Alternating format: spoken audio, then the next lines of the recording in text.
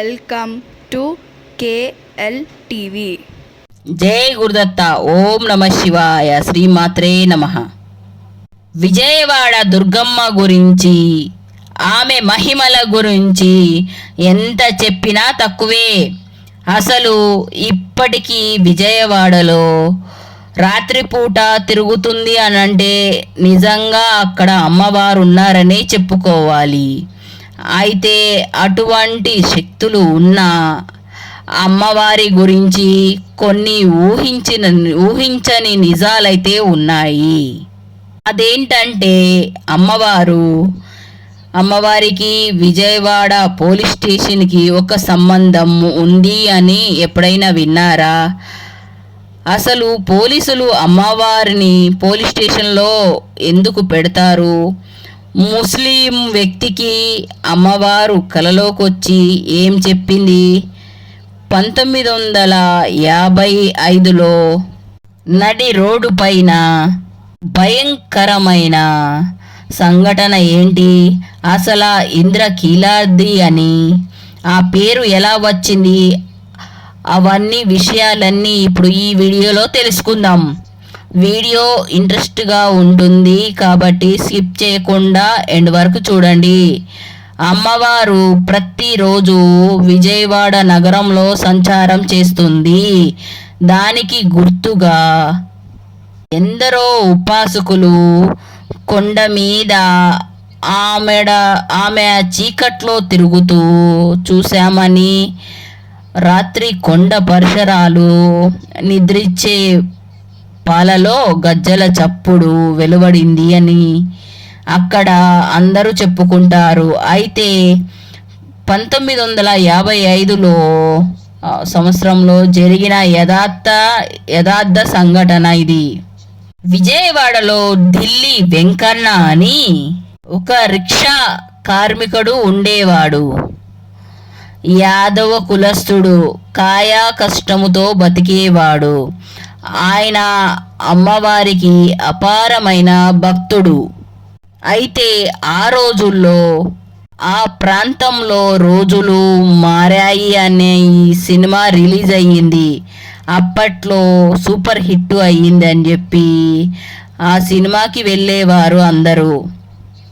ఒకరోజు వెంకన్న అని రిక్షా కార్మికుడు ఎవరినైనా ఎక్కించుకొని తీసుకొని వెళ్దామని మారుతి టాకీస్ దగ్గర థియేటర్ వరకు వెళ్ళాడు.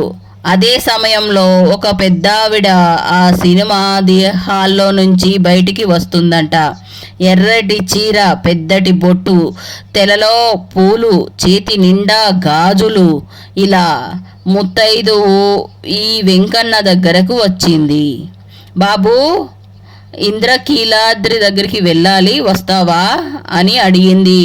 వెంకన్న వెంటనే అమ్మా అలాగేనమ్మా వస్తాను అని చెప్పి రిక్షా ఎక్కించుకొని తొక్కుతూ ఉన్నాడు. అర్ధరాత్రి దాటిపోవడంతో రోడ్డు మొత్తం నిర్మానుష్యంగా ఉంది. ఎవరూ లేరు ఆ రోడ్డు మీద. వాళ్ళిద్దరూ తప్పించి ఎవరూ లేరు.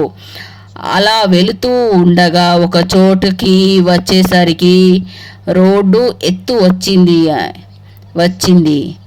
వెంకన్న రిక్షా తొక్కడానికి చాలా కష్టపడుతున్నాడు.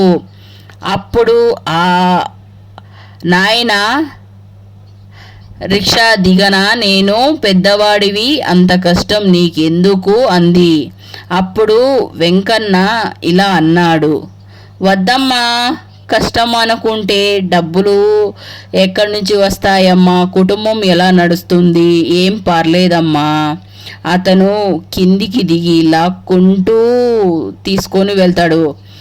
అలా కొద్దిసేపటికే ఇంద్రకీలాద్రి బ్రాహ్మణ వీధిలోకి వచ్చారు. అప్పుడు ఆమె ఇలా అడిగారట, ఇక్కడ ఇంత చీకటిగా ఉంది, ఒక్క మనిషి కూడా లేడు. ఈ సమయంలో అమ్మవారు నగర సంచారానికి రాత్రిపూట వస్తుంది అని అంటారు కదా, నువ్వు ఒక్కడివే వెళ్తున్నావు కదా, నీకు భయం లేదా అని అడిగిందంట. వెంటనే వెంకన్న ఇలా అన్నాడంట, మా అమ్మని చూసి నేనెందుకు భయపడతానమ్మా? ఇదంతా నా తల్లి రాజ్యం. ఇక్కడ తప్పుడు పనులు చేసేవారు భయపడాలి. కష్టపడి పొట్ట పోసుకునే నేనెందుకు మా అమ్మని చూసి భయపడతాను అని అన్నాడు. అప్పుడు అతను అలా తీసుకెళ్ళాక పాత మెట్ల దగ్గరికి చేరుకున్నారు. అక్కడ ఆపి, అమ్మా ఇంద్రకీలాద్రిలో మీ ఇల్లు ఎక్కడా? ఏ ఇంటి దగ్గరికి తీసుకెళ్ళాలి చెప్పు అని అడిగాడు. వెనక నుండి సమాధానం లేదు. ఇదేంటి? వెనక్కి తిరిగి చూస్తే రిక్షాలో ఆమెడ లేదు. ఎక్కడికి వెళ్ళిపోయిందని చూస్తే ఆ మెట్లు ఎక్కుతూ పైకి వెళ్తుంది ఆ తల్లి. అప్పుడు వెంకన్న ఇలా అన్నాడు, అమ్మా నాకు డబ్బులు ఇవ్వకుండానే వెళ్ళిపోతున్నావు అదేంటమ్మా అని అడిగాడు. అప్పుడు ఆ తల్లి, నీ తలపాగాలో మడతలో పెట్టాను చూసుకో అని చెప్పింది. ఇదేంటి నా తలపాగ మడతలో నాకు తెలియకుండా ఎప్పుడు పెట్టింది అని చూసుకుంటే అందులో 10 రూపాయలు ఇంకొక బంగారు గాజు ఉంది. దాంతో ఇదేంటి అని కొండవైపు చూస్తే ఆమెడ అలా అదృశ్యమైపోయారు. ఇంకా వెంకన్న కేకలు వేసేసరికి చుట్టుపక్కల పనుకున్నవారు వచ్చి ఏంటి ఏమైంది అని అడిగారు. అప్పుడు ఆ గాజు ఆ నోటు చూపించి ఆవిడ ఇలా కొండవైపుకు వెళ్ళిపోయారు, ఇలా ఉన్నారు అని వర్ణిస్తే వాళ్ళకి అర్థమయ్యి, నీ జన్మ నువ్వు చాలా అదృష్టవంతుడివి అమ్మలగన్నా అమ్మ, ఆ కనక దుర్గమ్మనే రిక్షా ఎక్కించుకున్నావు, నీకు ఇంతకన్నా అదృష్టం ఏముంటుంది? అప్పట్లో ఈ సంఘటన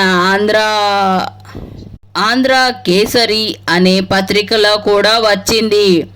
శ్రీ కనకదుర్గ అమ్మవారి ఆలయ నిర్మాణ సమయంలో పనిచేయడానికి వచ్చిన పేద కార్మికుడు అమ్మవారి గోపురం పైన పనిచేస్తూ పొరపాటుగా కాలు జారి అమ్మవారి గోపురం పైన పనిచేస్తూ పొరపాటున కాలు జారి పైనుంచి కింద పడిపోయారు హఠాత్తుగా.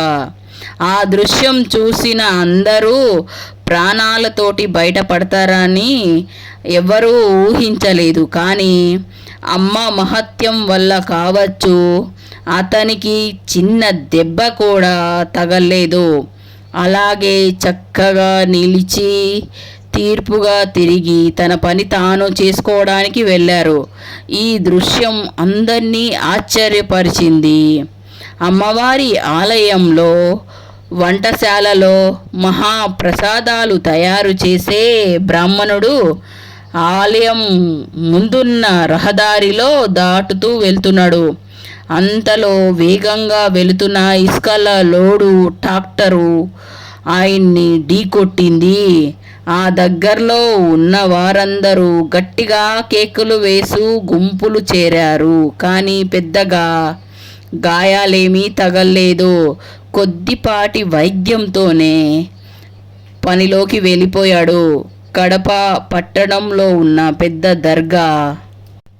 దర్గా పక్కనుండే కాపురం ఉండే పెద్ద సాయిబు గారికి శ్రీ కనకదుర్గా మాత తల్లి ఒకనాడు రాత్రి కలలో కనిపించి 4 చేతులతో గిరి చేతులతో ఒకనాడు కలలో కనిపించి 4 చేతులతోటి గిరి చేతురాలతో గిరి శంఖ చక్రాలు, ఒక చేతిలో శూలాన్ని పట్టుకొని 4 చేతులకు పసుపు కుంకుమ పసుపు బంగారు నాణ్యాలతోటి ఆ సాయిబు నిద్రించున్న సమయంలోనే బిరువా దగ్గర నిలబడి ఇదిగోరా తీసుకో అని అంది. ఆ సాయిబు భయపడి ఎవరు నీవు అని ప్రశ్నించగా నేనురా విజయ కనక దుర్గమ్మని అని ప్రశాంతమైన చూపుతో కొంచెం గంభీరంగా పలికింది. అతను వెంటనే మేల్కున్నాడు. తెల్లవారిన తర్వాత అతనే స్వయంగా వచ్చి పసుపు కుంకుమ గాజులు సమర్పించి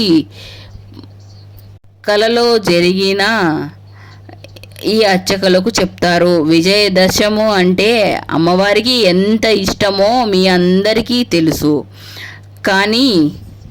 కానీ మీకు తెలుసా, విజయవాడలో విజయదశమి రోజు అమ్మవారి ఉత్సవ మూర్తులని తీసుకువెళ్ళి రాత్రంతా పోలీస్ స్టేషన్లో ఉంచుతారు.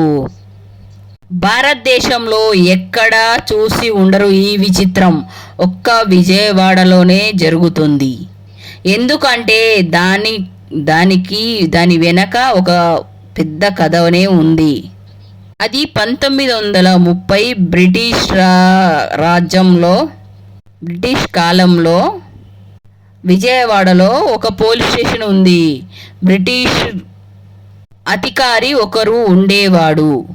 ఆ బ్రిటిష్ అధికారి అమ్మవారి గురించి తప్పుగా మాట్లాడి అవమానించాడు. చుట్టుపక్కల వాళ్ళు తప్పు, అమ్మవారి గురించి అలా మాట్లాడవద్దు అని ఎంత చెప్పినా అవమానించాడు. నేను ఇలానే అంటాను, ఇలానే మాట్లాడతాను, ఏం చేస్తుందని హేళన చేశాడు. తర్వాత ఇంటికి వెళ్ళేసరికి అతని భార్యకు 4 పిల్లలకి ఒళ్ళంతా మసూచి వచ్చి చాలా ఘోరమైన పరిస్థితిలో ఉన్నారట. దానితో అతనికి భయం వేసి నేను తప్పు చేశాను, అమ్మవారిని అనవసరంగా అవమానించాను అని చెప్పి వెంటనే ఇంద్రకీలాద్రి దగ్గరికి పరిగెత్తి వెళ్ళి అమ్మవారిని నమస్కరించి, అమ్మా నన్ను క్షమించు, నన్ను మందించు, అహంకారంతో నేను తప్పు చేశాను, ఎలాగైనా సరే నా భార్య పిల్లల్ని రక్షించవమ్మా, రక్షించావు అంటే నీ ఉత్సవం చేసుకుంటానని మొక్కుకున్నాడు. అలా ముందు మొక్కుకొని ఇంటికి వెళ్ళేసరికి భార్య పిల్లలకి విచిత్రంగా ఒంటి మీద ఒక్క బొబ్బ కూడా లేదట. అప్పటి నుంచి ఒక్కరోజైనా పోలీస్ స్టేషన్లో ఉంచుకునే ఆచారం వచ్చింది. ఇది ఎప్పటికీ కొనసాగుతూ ఉంది. 1955 హైందవ పురాణాల ప్రకారము కీలకుడు అనే యక్షకుడు ఉండేవాడు. మహాశక్తివంతమైన అమ్మవారి గురించి కీలుడు ఘోర తపస్సు చేయడం వల్ల అతను భక్తికి మెచ్చి అమ్మవారు ప్రత్యక్షమయ్యి ఏం వరం కావాలో అని అడగగా అందుకు కీలుడు, నీవు తల్లి నా హృదయ స్థానంలోనే నిలిచి ఉండాలని అడిగాడంట. దానికి అమ్మవారు రానున్న కాలంలో రాక్షస సంహారం చేసి సేద తీరడానికి నీ దగ్గరికే వస్తాను, కాబట్టి నీవు కృష్ణా నది తీరంలో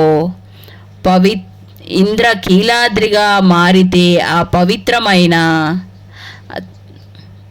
కృష్ణా